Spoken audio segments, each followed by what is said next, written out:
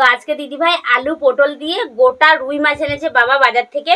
তো রুই মাছ রান্না করবে। রুই মাছটা দেখো এই সাইজের রুই মাছ বাবা বাজার থেকে এনেছে, একদম টাটকা ছিল মাছটা। কিন্তু যখন আমি কাটাটা তোমাদের দেখাতে পারলাম না, ওর জন্য আমি কেটে নিয়ে ভালো করে ধুয়ে পরিষ্কার করে লবণ হলুদ মাখিয়ে নিয়েছি। তো দেখো এই সাইজের ভালোই বড় 1 কেজি। বাবাকে জিজ্ঞাসা করলাম কতটা ওজন হবে মাছটা, বলছে 1 কেজি ওজন হবে।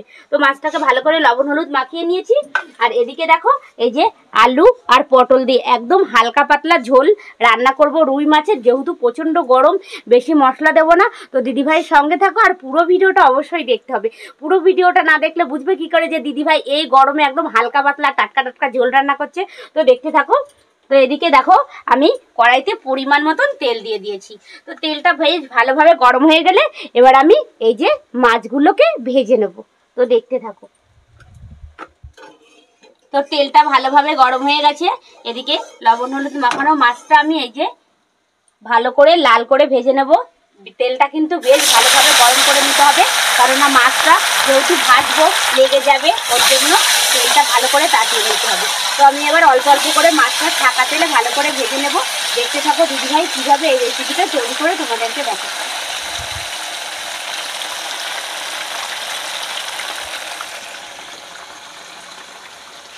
মাছটা কিন্তু আমি সুন্দর করে ভালোভাবে লাল করে ভেজে নিয়েছি।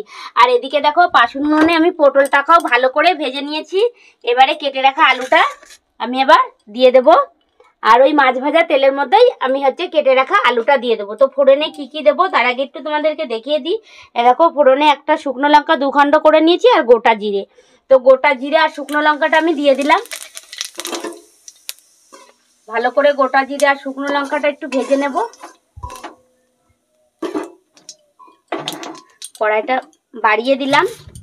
তো দেখো শুকনো লঙ্কা জিরেটা বেশ ভালোভাবে ভাজা হয়ে গেছে। এবার আমি কেটে রাখা আলুগুলো দিয়ে দেবো। আলুটা দিয়ে দিয়েছি। এবার পরিমাণ মতো লবণ দেবো, পরিমাণ লবণ আর পরিমাণ হলুদ দিয়ে এবার আলুটা আমি বেশ ভালো করে লাল করে ভেজে নেব।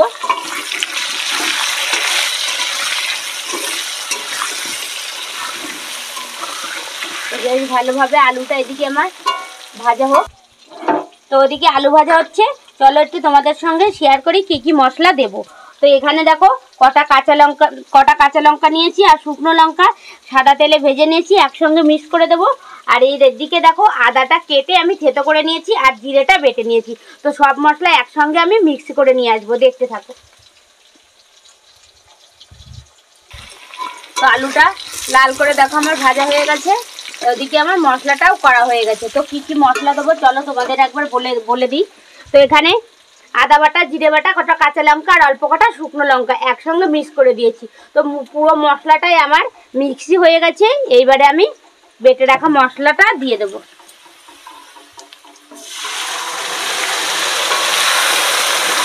তো মশলাটা দিয়ে আমি এই যে ভালো করে কষিয়ে নেব।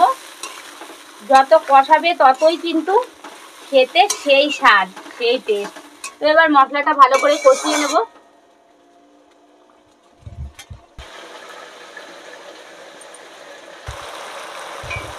এই যে ভালো করে কষিয়ে নিচ্ছি। কষানো প্রায় হয়ে গেছে। এই যে গায়ের থেকে তেল ঝরে গেছে মানে আমার কষানো হয়ে গেছে। তবুও আর একটু কষিয়ে নেব। কষাতে কষাতে আলুগুলো এই দেখো হাফ আমার সিদ্ধ হয়ে গেছে। এই যে সিদ্ধ হয়ে গেছে। এরকম করে কষিয়ে নিলে খুব সুন্দর খেতে সেই টেস্ট। তো ভালো করে কষানো হয়ে গেল। এবার আমি পাশের উনুনে গরম জল করেছি, গরম জলটা দিয়ে দেবো। দিদিভাই কিন্তু সব রেসিপিতেই গরম জল ব্যবহার করে। এবারে আমি গরম জলটা দিয়ে দেব।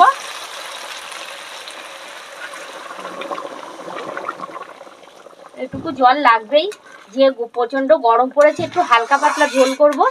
আর মশলাটাও একটু কম দিয়েছি। আমরা এমনিতেই একটু মশলা কম খাই। আর হালকা পাতলা যেহেতু প্রচণ্ড গরম পড়েছে, ওর জন্য হালকা পাতলা ঝোল করব। তো ঝোলটা গরম জল দিয়েছি যেহেতু টকবক করে ফুটে উঠেছে। আর একটু ভালোভাবে ফুটে উঠুক, তারপরে ভেজে রাখা মাছ আর ভেজে রাখা পটল দিয়ে দেবো, দেখতে থাকো। একটু পরিমাণ মতন হলুদ দিয়ে দিলাম। লবণটা যেহেতু আগে দিয়েছি, লবণটা এখন আর দেবো না।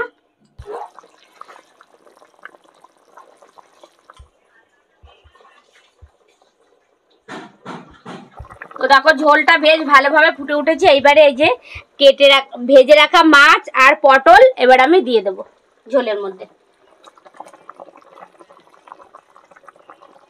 এই যে দিয়ে দিলাম।